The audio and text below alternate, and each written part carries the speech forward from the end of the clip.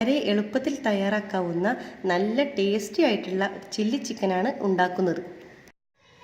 അപ്പോൾ നിങ്ങളെല്ലാവരും എൻ്റെ ചാനൽ സബ്സ്ക്രൈബ് ചെയ്യണം, അതുപോലെ തന്നെ ലൈക്ക് ചെയ്യാനും ഷെയർ ചെയ്യാനും മറക്കരുത്.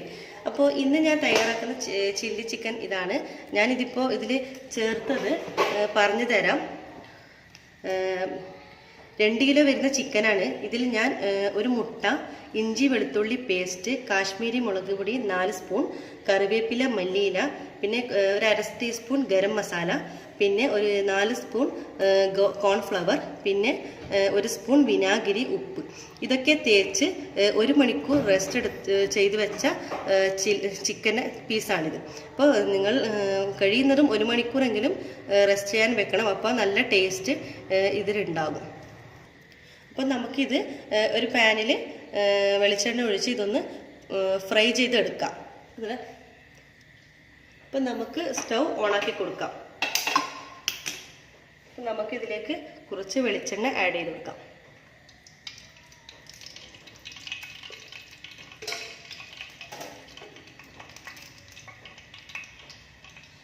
നമുക്ക് ഓരോ പീസസ് ഇതിലേക്ക് ആഡ് ചെയ്ത് കൊടുക്കാം.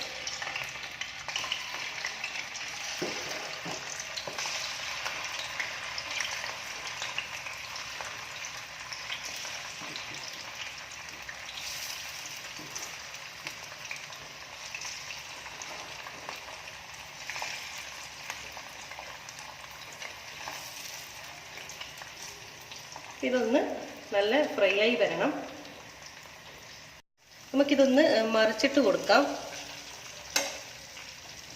ഒരു ഭാഗം ഫ്രൈ ആയി വന്നിട്ടുണ്ട്.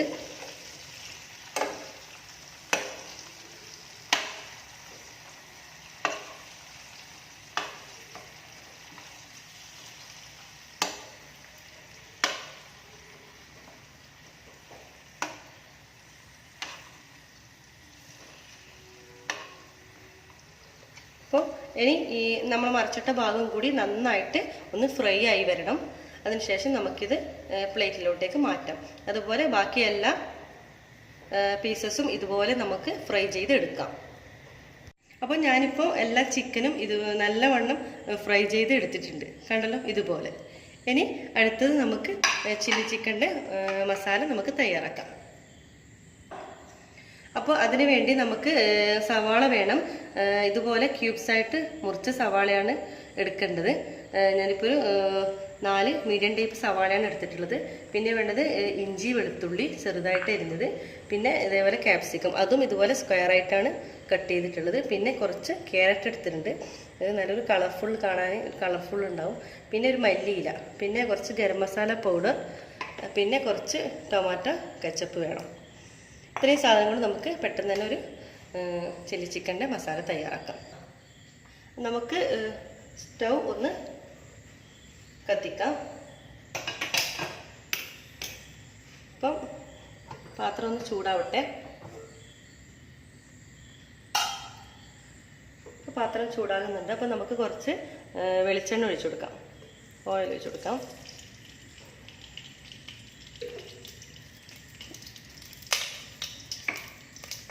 ഇതിലേക്ക് എണ്ണ ചൂടാകുന്നുണ്ട്. നമുക്ക് വെളുത്തുള്ളി ഇഞ്ചി ചെറുതായിട്ട് അരിഞ്ഞത് ഇട്ട് കൊടുക്കാം.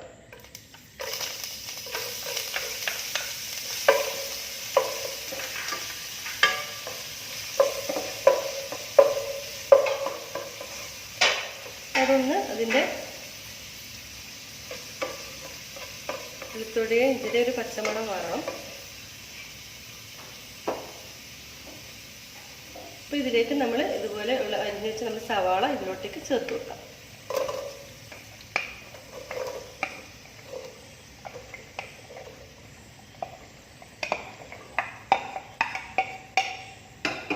നന്നായിട്ട് ഇളക്കി കൊടുക്കാം.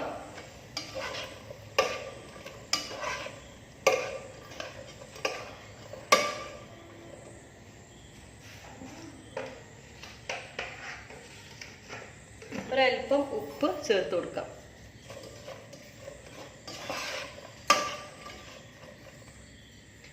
ഇനി ഒരു 5 മിനിറ്റ് നമുക്കൊന്ന് മൂടി വെച്ച് കൊടുക്കാം.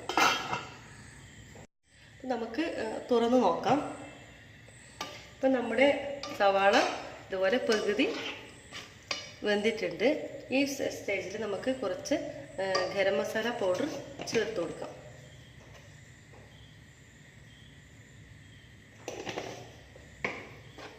നന്നായി ഇളക്കി കൊടുക്കാം.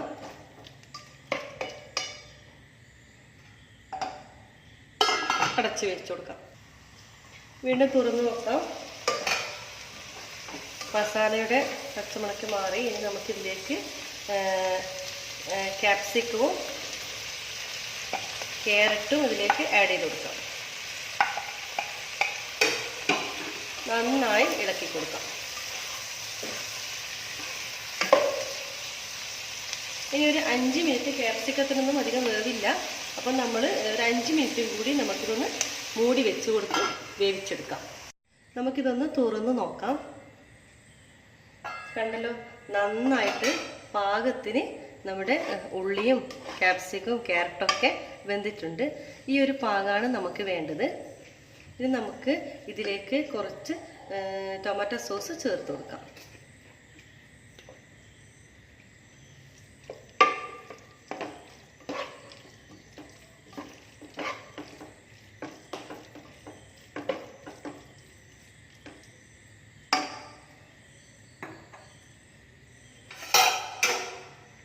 അതുപോലെ തന്നെ കുറച്ച് മല്ലിയില കൂടി ഇപ്പോൾ നമുക്കൊന്ന് ചേർത്ത് കൊടുക്കാം. നന്നായി ഒന്ന് മിക്സ് ചെയ്യണം. എല്ലാം കൂടി ഒന്നും കൂടി നമുക്കൊന്ന് മൂടി വെച്ച് കൊടുക്കാം.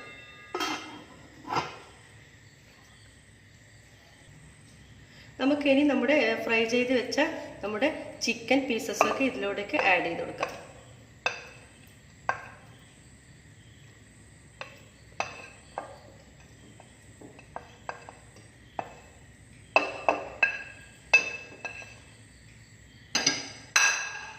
ഇനി നന്നായി ഇതൊന്ന് മിക്സ് ചെയ്തെടുക്കണം. നമ്മുടെ ഉള്ളിയും ക്യാപ്സിക്കും എല്ലാ മസാലാസൊക്കെ നമ്മുടെ ചിക്കനിലോട്ടേക്ക് നന്നായി പൊതിഞ്ഞ് വരണം. കണ്ടല്ലോ, ഈ ഒരു രീതിയിൽ നന്നായി ഇളക്കി കൊടുത്ത് ഒരു 5 മിനിറ്റോടെ നമുക്കിതൊന്ന് മൂടി വെച്ച് കൊടുത്തൊന്ന് വേവിക്കാം. നമുക്കൊന്ന് തുറന്ന് നോക്കാം. കണ്ടല്ലോ, നമ്മുടെ മസാല ഒക്കെ നമ്മുടെ ചിക്കനിലോട്ടേക്ക് നന്നായി പൊതിഞ്ഞ് വന്നിട്ടുണ്ട്. ഇപ്പോൾ കാണാൻ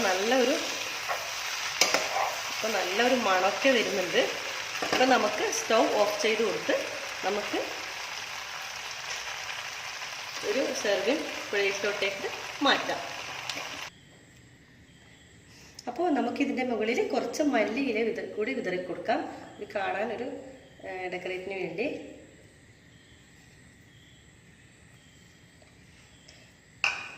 കണ്ടല്ലോ, ഞാൻ നല്ല ടേസ്റ്റി ആയിട്ടുള്ള നല്ല അടിപൊളി ഈസി ആയിട്ട് ചെയ്യുന്ന ഒരു ചില്ലി ചിക്കനാണിത്.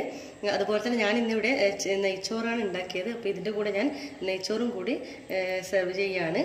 ഇത് നല്ല ടേസ്റ്റാണ്. ഇത് നെയ്ച്ചോറിൻ്റെ കൂടെ കഴിക്കാനും അതുപോലെ തന്നെ ചപ്പാത്തി, പൊറോട്ട, അപ്പത്തിൻ്റെ കൂടെയൊക്കെ കൂട്ടിക്കഴിക്കാം. എളുപ്പത്തിൽ തന്നെ ഇത് നമുക്ക് തയ്യാറാക്കാൻ സാധിക്കും. അതുപോലെ തന്നെ നിങ്ങൾ എല്ലാവരും എനിക്ക് സബ്സ്ക്രൈബ് ചെയ്യണം. അതുപോലെ തന്നെ ലൈക്ക് ചെയ്യാനും ഷെയർ ചെയ്യാനും മറക്കരുതേ. അപ്പോൾ എല്ലാവരും തന്നെ ഇത് ട്രൈ ചെയ്ത് നോക്കണം. അപ്പോൾ താങ്ക് യു.